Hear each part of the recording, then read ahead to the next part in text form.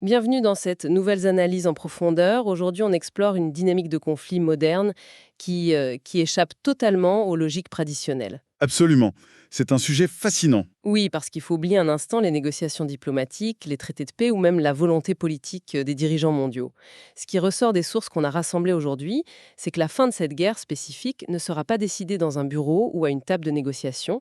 Elle sera dictée, de manière vraiment implacable, par des mathématiques pures. C'est un angle d'approche qui change absolument tout, en fait. Et pour mener à bien cette exploration, pour ceux qui nous écoutent, nous nous appuyons sur des documents très précis, très factuels. D'un côté, on a la transcription d'une vidéo analytique particulièrement percutante, intitulée 2.6 Billions Burned, qui décortique la vitesse à laquelle les défenses antiaériennes s'évaporent dans la région du Golfe.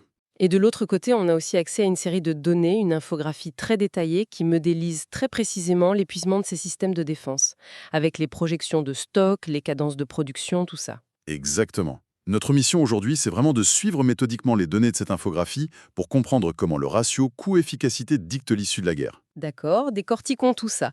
Si on se penche sur le premier bloc de l'infographie, on a ce qu'on peut appeler le chiffre déclencheur. La période critique analysée par nos sources s'étend sur une fenêtre minuscule de seulement 5 jours. 5 petits jours, oui. Et les faits sur le terrain sont stupéfiants. En l'espace de ces 5 jours, les systèmes de défense des Émirats arabes unis ont détecté 182 missiles. Sur ce total, 169 ont été interceptés avec succès. Mais la menace ne s'arrête pas là, puisqu'ils ont également dû intercepter 645 drones.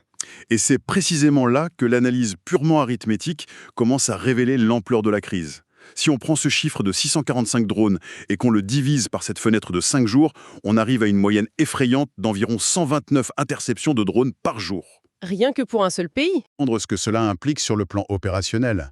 Gérer 129 trajectoires de vol hostiles au quotidien, cela impose une saturation quasi totale des réseaux de détection et une pression inouïe sur les opérateurs radars. Pour essayer de visualiser la chose pour notre audience, sans se perdre dans le jargon militaire bien sûr, on peut imaginer qu'on essaye de stopper un essaim d'abeilles en furie qui fonce vers une maison. C'est une très bonne image. Sauf que la seule méthode disponible pour neutraliser cet essaim, c'est de frapper chaque abeille, une par une, en plein vol, avec une raquette de tennis qui serait forgée en or massif. En or massif, oui. Cette analogie de la raquette est techniquement très proche de la réalité, en fait.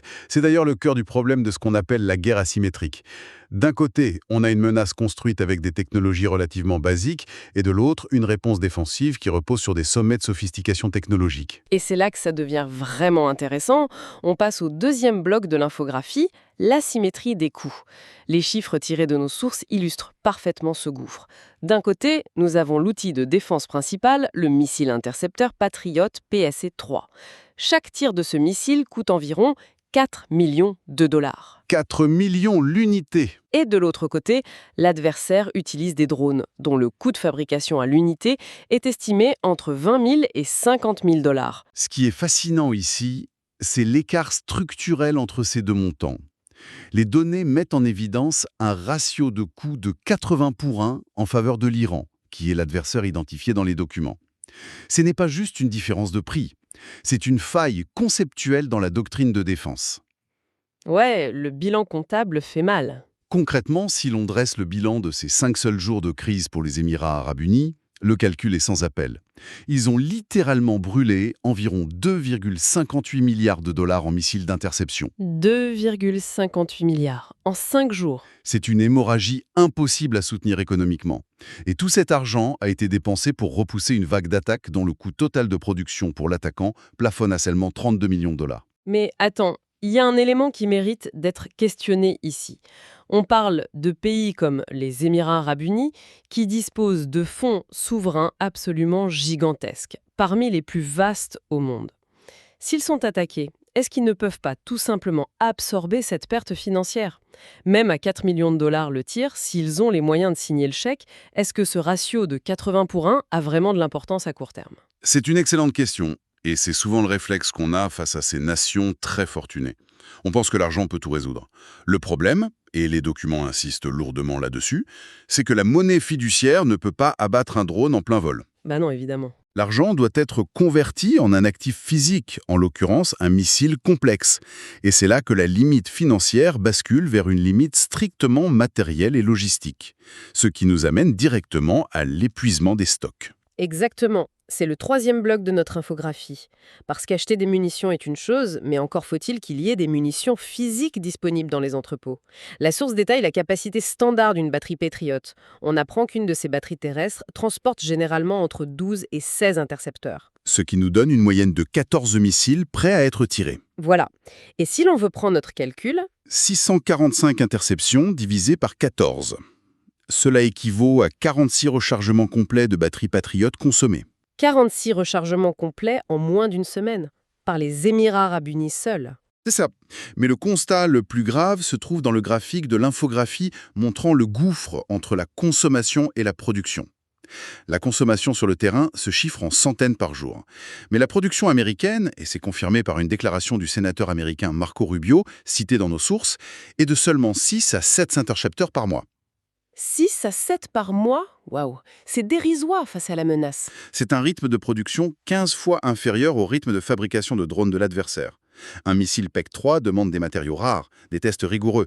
On ne double pas la cadence du jour au lendemain.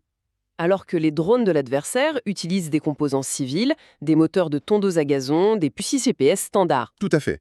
La production est simple et rapide. Donc, ce problème logistique s'étend bien au-delà d'un seul pays. Ce qui nous amène au bloc suivant, l'agrégation régionale. Ce n'est pas qu'un seul pays qui subit ça. Les documents montrent que le Koweït a dû gérer 168 missiles et 384 drones. Le Qatar, 101 missiles et 24 drones. Et le Bahreïn, 70 missiles et 76 drones. Selon l'analyse fournie par nos sources, nous sommes face à un théâtre d'opération qui couvre 11 pays simultanément. Et il faut y ajouter la 5e flotte américaine et Israël. C'est une guerre massive. Si l'on relie cela à la situation globale et au contexte géopolitique, on observe des tensions majeures. Par exemple, la transcription rapporte de manière strictement factuelle les propos d'un analyste saoudien.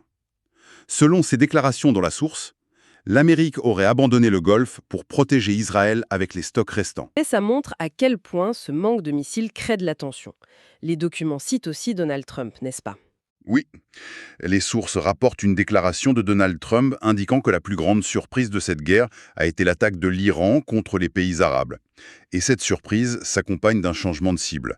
Les déclarations de l'IRGC, les gardiens de la révolution islamique, précisent qu'ils ciblent désormais spécifiquement les centres politiques, comme les ambassades en fumée à Riyad, et non plus seulement les bases militaires.